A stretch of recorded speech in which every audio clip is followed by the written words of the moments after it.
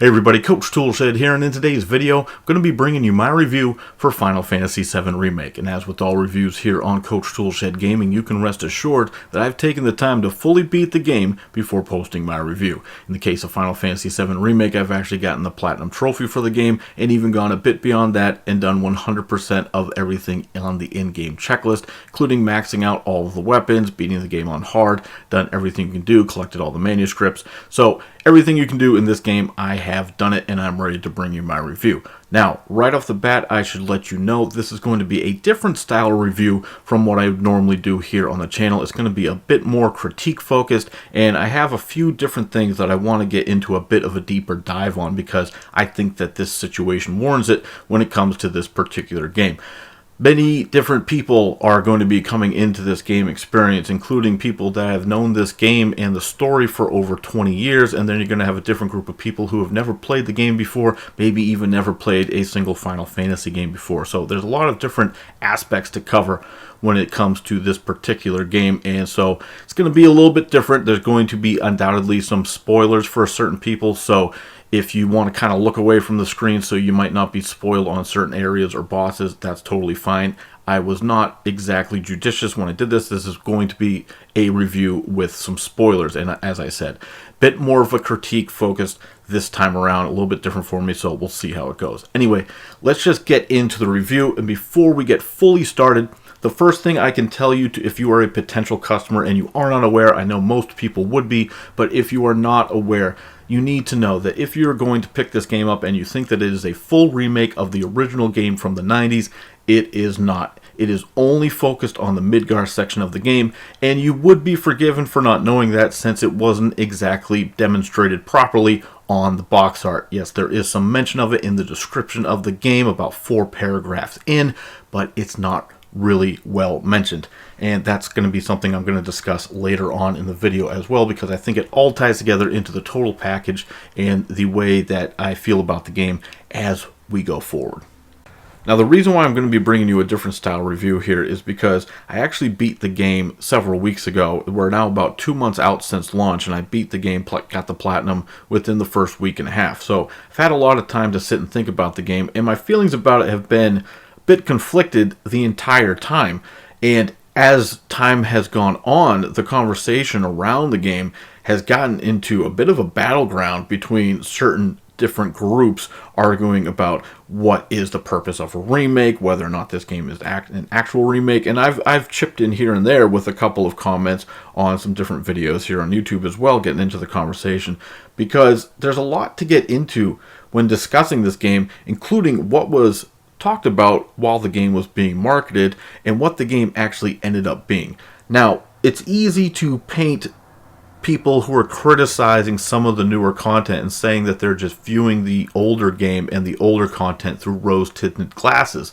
But as someone who has played the original game since the 90s, I played through it several times in the last 20 plus years, when you compare the newer added content to the game, I don't think it's unfair, and I don't think it's nostalgia speaking when I say that a lot of the new added content is simply pretty bad. And where the game actually shines, including through locations and the story and the characters involved with the game, it really is best when it stays more true to the original game. And again, you can say that, oh, that's just because you liked the original game, so obviously you're going to want to cling to that. And it's an easy argument to make, and I understand that. I'm trying to avoid doing that because I didn't really have too much faith in this game to begin with. I was going in as a bit of a skeptic anyway because I didn't really trust Square to pull this off properly. And after having played through the game multiple times now, I have to say, when I look back at all of the additional content, and this is really what I want to start breaking down here now, there's so little of it that I would say is even mediocre. I would say a lot of it is just actively bad. And I also want to bring up the argument, I want to talk about this as well, is whether or not it's justified and whether or not the runtime of the game could have been better spent not just focusing on a smaller portion of the game, in this case the Midgar chapters, but whether or not the game could have been made with the broader focus of actually making an entire remake. Because as I'm thinking about the game, I cannot separate those things swirling around in my head from the game itself. Now, is that being a great objective reviewer? Maybe not in this case, but this is the way I'm going to handle it because I cannot separate the two in my mind. Because when I hear so many excuses coming, I hear stuff like, oh, they couldn't have made a game of that length. It would have been simply impossible. I go and I think back to the last game that they made, which was Final Fantasy XV, which has, with all the DLC, about 100 hours of content. In the amount of time it took me to beat Final Fantasy VII Remake for the first time, if I compare that to the same amount of playtime, I was only in Chapter 4 of Final Fantasy XV in that same amount of time. So when we're talking about, oh, it's an impossibility for them to make a game of that length, that's simply not true at all. Because the last Final Fantasy game was several times larger than the remake. So right off the bat, that doesn't ring true at all. Secondly, when we're discussing a remake of a game that originally was only about 30 to maybe 40 hours long, I don't understand why you are going to sit there and try to tell me that you can't make a game of that length with just maybe a little bit more of a fleshed out storyline. As I said, the last game was already much longer than this one, and if you're going to be adding in all that content, if you're going to be adding in new bosses, you're going to have to make new assets for that. If you're adding new storylines, which they did, you're going to have to add new characters, more art assets, more art design, more dialogue that you're going to have to record. You're going to have to make new arenas for the new bosses, all of that.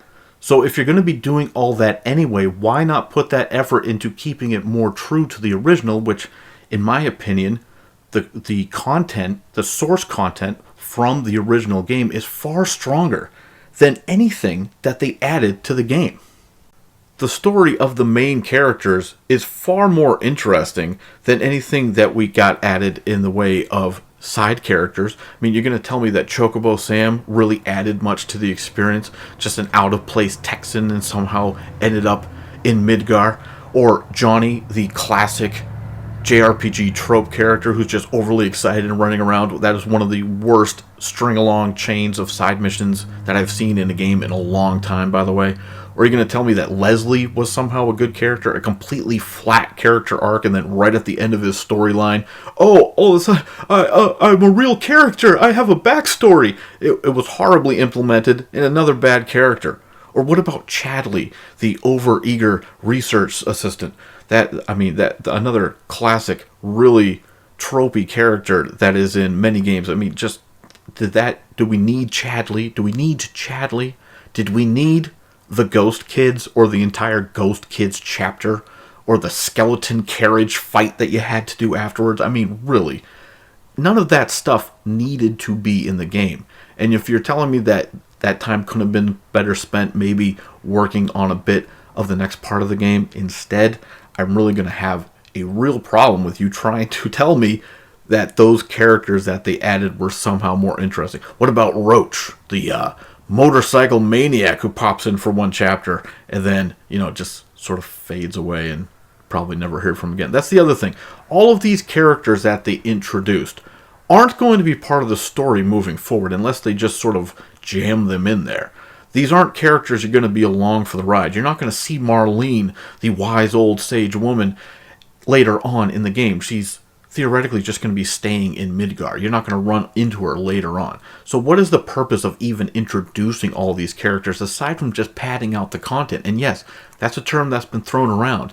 And it's actually a term that should be thrown around, especially when you consider the side quests that were in Final Fantasy VII. And I know a lot's been said about that, but really, they deserve to be talked about because they're all horrendous. Let alone the fact that they're only available to you when the game comes running up to you and smashes you in the face and literally says, "Time to do side quests now, dum-dum." That's how it's handled. It's so poorly implemented, and there's literally only about 3 chapters in the entire game when you can even do them.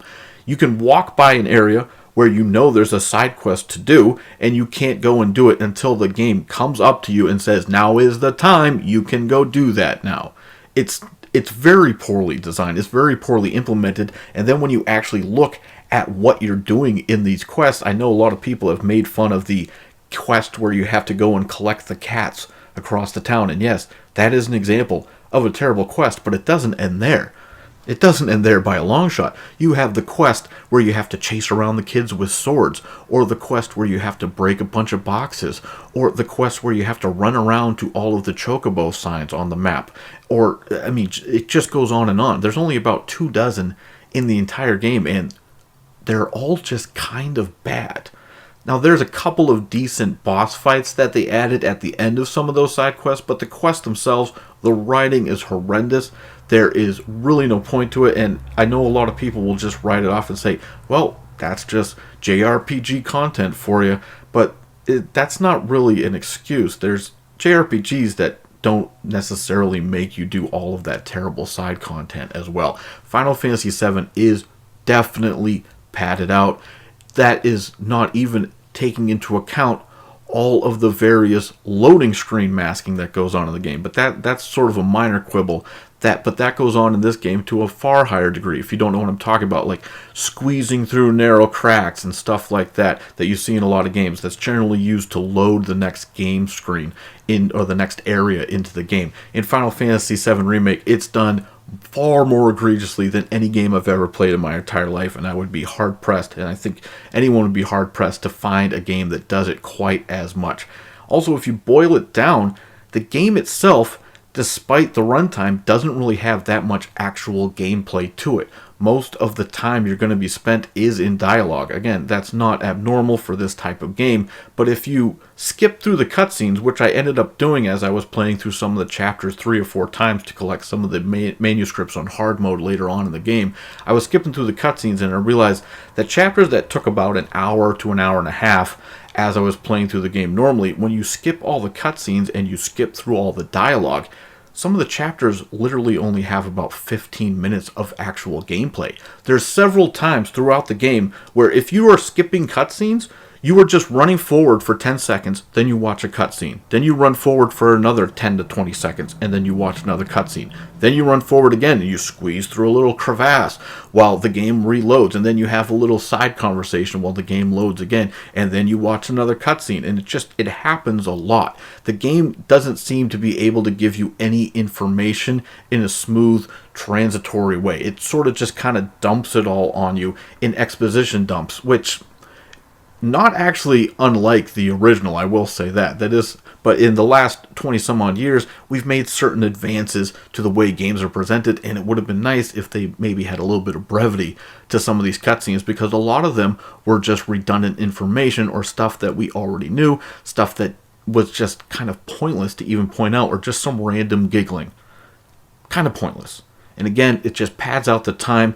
A lot of the additional parts of the cities, not really interesting. This is one of the critiques that I had before I even bought the game. I mentioned this when I was discussing the demo, that I was worried that by expanding the city of Midgar, they were spending too much time expanding the most boring part of all of Final Fantasy VII. And in this particular case, I think that I was right, because a lot of the game, you're just running through trash-strewn hallways. In essence, they're outdoors for the most part, but it's in a sense a hallway that you're going down a lot of the times, as it's just loading into the next area as well. There's not a lot going on. The slums are a slum. The only real standout areas of the game are Eris's house, and yes, I'm going to call her Eris because that's her name, and I don't care what the translations say. I don't care. Eris's house looked really nice, and the Wall Market chapter, that whole Wall Market area, they did a really good job. Other than that, what was the real standout area that we had to get? What was the real great, amazing looking area that they had to add to the game? Why they couldn't work on any other aspect of the game? Why they could only do the Midgar chapter? I'm missing it somehow.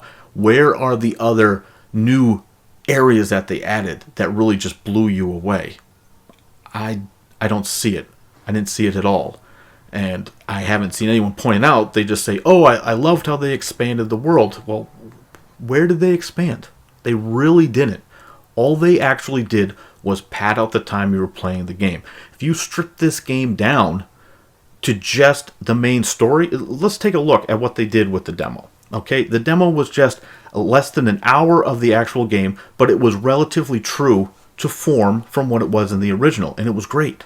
It was well paced. They added a little bit of context in some of the cutscenes, but it wasn't overly long. It's not like it was if they turned a 1 hour segment into a 5 hour segment. That's not what they did. They stayed true to the original, and it worked out well.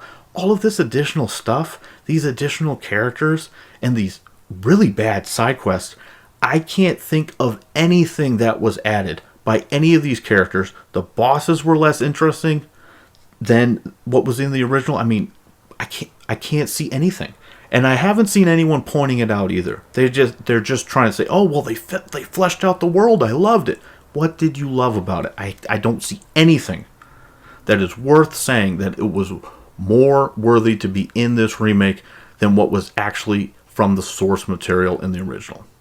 This is one of my major problems with this remake, is that I think it's a failed opportunity, and I can't separate myself from that fact.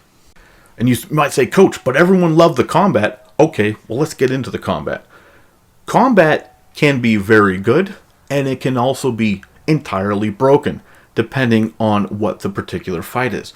Now, I don't think the game is particularly challenging on normal, and you get to the certain point where you can just basically face tank and heal through everything in the game for the most part, all the way through the end. Once you get sufficiently strong enough, the game really doesn't become much of a challenge at all. Hard mode, however, I think is where the combat really does shine, but even then you have certain issues such as aerial enemies. You really are forced into not even using Tifa or Cloud because they can't attack most of the enemies in the air. Even if they can, even if they have magic attacks, a lot of the aerial enemies move so fast that by the time you actually cast a spell, they're 10 miles away from where the spell is actually cast. That's another issue that the game has with the combat. You're going to be missing a lot of attacks unless you can time everything just right, especially magic attacks.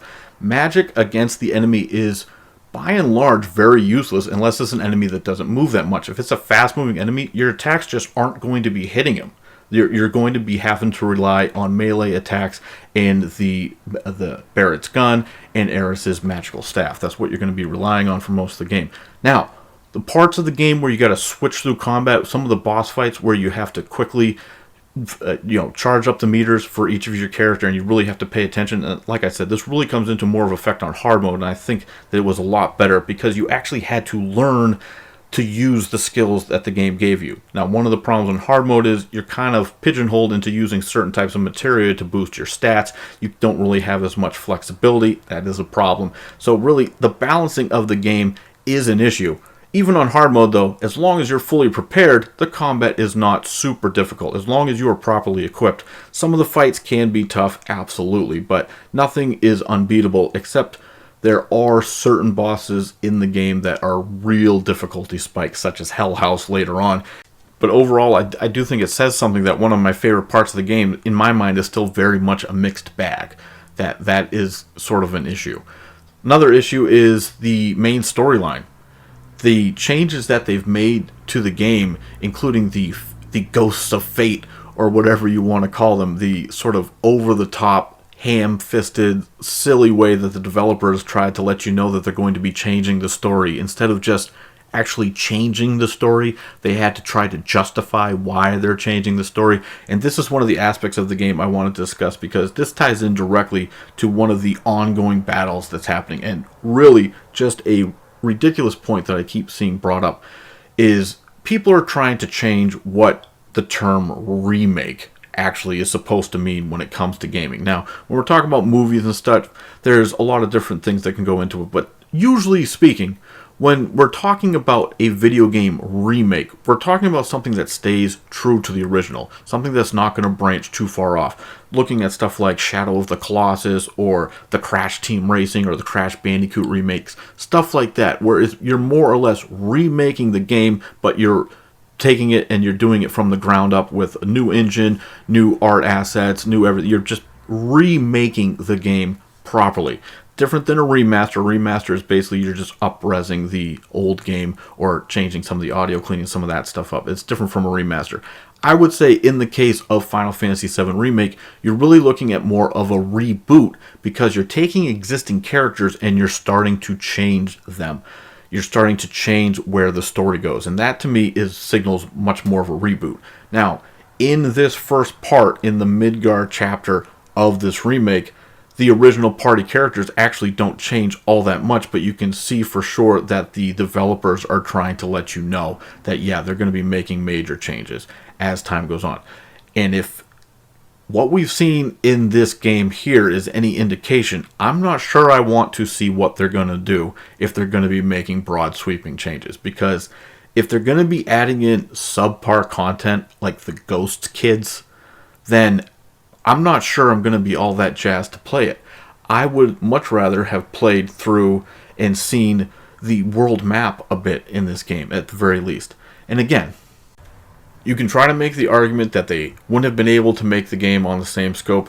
I'm not asking them to necessarily make the game on the same scope, because I think that the scope that they went with for this game really overshot the mark by a mile. Because I can't say this enough times, I don't think that the new content justified its existence at the expense of the existing source material. And I don't know what argument you can make in favor of any of this stuff, to be honest. Most of it is just pretty bad.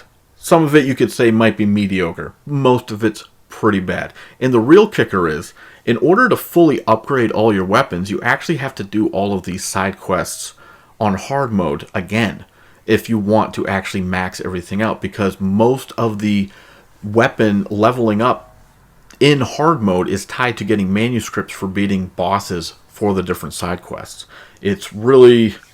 It's not a great system, and I also don't like the fact that if you only want to play the game on normal, you are completely unable to actually level up your weapons. You could play the game on normal 10 times and not level up all of your weapons, and it's just...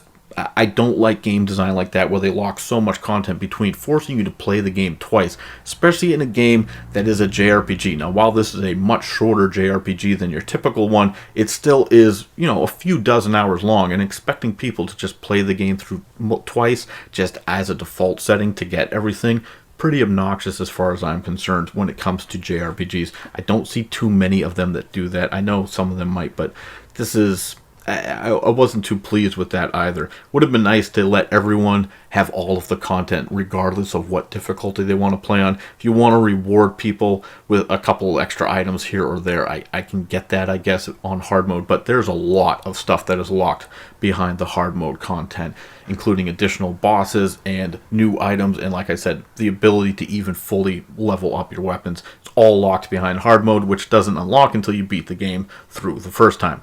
It's another issue that I had with the game. Let's talk about the graphics. The graphics, mostly really good, especially when it comes to the cutscenes. However, once again, it's a mixed bag, because the texture work in this game at times are completely awful. Some of the characters you're going to run into, especially in the more populated areas like Wall Market, you're going to be talking to NPC characters that are actually part of main story quests that just look terrible compared to the main player characters. Now, this is not something that is abnormal in the world of video games, but in this game, it was highly noticeable, and it really did look like they needed a few extra months of polishing to get some of these NPCs and the textures cleaned up in different areas of the game, for sure. Now, I'm looking at everything in the game. I'm looking at how I feel about it. And again, at the start of the video, I said that overall I did like the game. And it sounds like I'm just dumping on it. But overall, I think it's actually a pretty solid package. There's a lot of good meat on the bones here. The parts of the game that stay true to the original are actually great. And if you're a fan of the original, I think you might actually like the game if you go into it knowing that there's going to be some sweeping, weird changes made later on down the line. And I know it's the easiest argument in the world to make, to say that it's just nostalgia talking, but when it came to the Resident Evil 2 remake, I didn't really have a problem that they changed a good amount of stuff with that game, because I thought that it was still a good package, and the stuff that they changed about the game, for the most part, was pretty good. I did have a problem with the way they handled Mr. X a little bit, but by and large, I didn't really have a problem with the way they handled that game, and that's another game that I've played for over 20 years. But in the case of Final Fantasy VII Remake, I would say that the changes that they made and the stuff they added to the game simply isn't good in almost every regard. The original source material is superior as far as I'm concerned. I do not think that is just nostalgia speaking. And again, I would welcome anyone to try to argue with me down in the comments and tell me, what added character did you think was really all that great, that was better than Cloud, Barrett, Tifa, Aerith, and Red 13? Tell me which character you really enjoyed that was new to the game, because I didn't see it. I really didn't. Tell me which side quest you really enjoyed that would be up to par with what we would be considering a quality type of side quest, because again, I didn't really see it. The Johnny quest lines, that's just kind of chasing a guy around town and having some dialogue. That's not really a quest line, and that's actually multiple quests. Chasing around the Chocobo stations, those are bad quests. Chasing cats, chasing the kids around town, breaking blocks, these are bad quests, period. That's the added content. That's the fleshed out Midgar that they were describing and that fans have been trying to defend for weeks. And I also have an issue. I have to discuss this. And I know that this topic will get brought up, so I have to bring it up now, because somebody's definitely going to say this down in the comments.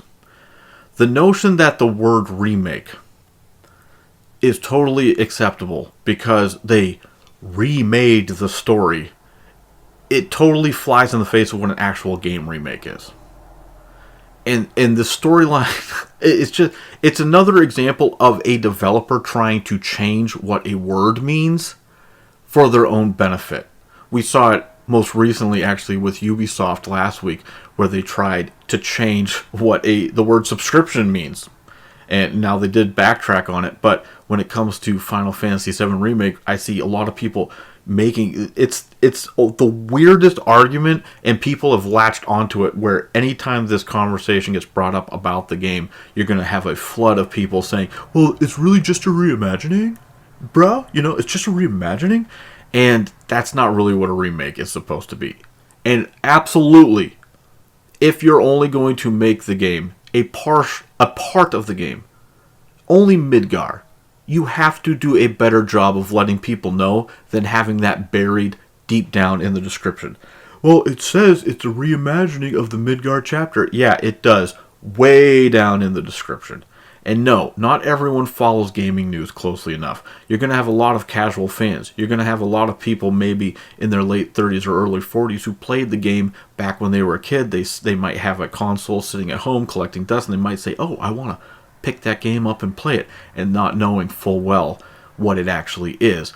It is misleading. And if you think there's any reason that Square Enix would not put Episode 1 on the cover, or Midgar Chapter only on the cover of the box art, if you think there's any reason they would do that aside from obfuscating the fact that it isn't a full remake, then you are being fooled. You are delusional, I'm sorry to say, because there is only one reason why they wouldn't do that, and that is to boost sales. People saying, oh, they were honest the entire time. They told us, yes. People who follow gaming news know that. That's a fraction, a minute fraction of the broader gaming audience. I guarantee you there are people that you'll never see on a forum or on a YouTube video anywhere. They're not going to leave comments. They never would. I guarantee you there are people that bought this game not knowing what it was, not knowing that it was a full remake. I guarantee it. And it was misleading. Square Enix should not have done it. And everyone's saying that they were honest the whole time. Well, they weren't honest on the box art. And again, there is no other reason why it wouldn't be there aside from they thought it would hurt sales if they put it on. And it would have, more than likely. People don't necessarily like episodic releases all the time. I know I wouldn't. If I didn't know any better, if I was just a casual fan, I wouldn't buy it.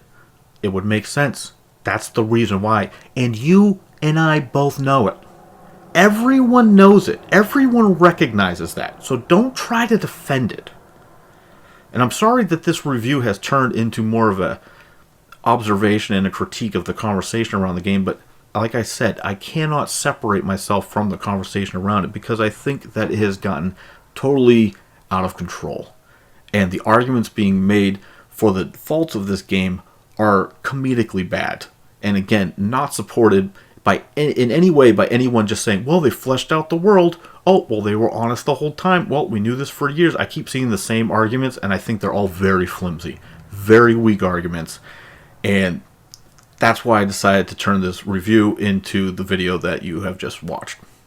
Anyway, that's it from me, Coach Toolshed. I know I could have gotten a little bit further into the review here and done a bit more, but I felt like this is the only way I could really tackle this one, because this is how I feel about the game.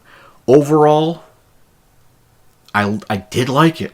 That's the damnedest thing about it. I do like the game. Would I recommend someone buying it? Yeah, probably. If you want to play a 35-ish hour linear JRPG game with pretty good combat, pretty good graphics, and some weak side content, yeah, it is good. If you're a fan of the original game, there is some good nostalgia moments in there. It is in there. And the parts where they did remake the original game, I think are very good. So, it's definitely a mixed bag for me. Although, ironically, still, out of all the games I've played this year, might be my favorite game from 2020 to this point that I've played. So, we'll have to see if anything else comes out further down the line. I don't know. Maybe it will, maybe it won't. But so far, in a weak year, 2020, definitely a weak year to this point, it might be my front runner for Game of the Year. So, take that as you will. But anyway, that's it for me, Coach Toolshed. Let me know what you guys think down in the comments below. Please subscribe if you want to stay in tune with the channel headed forward. And as always, keep it turned to 11.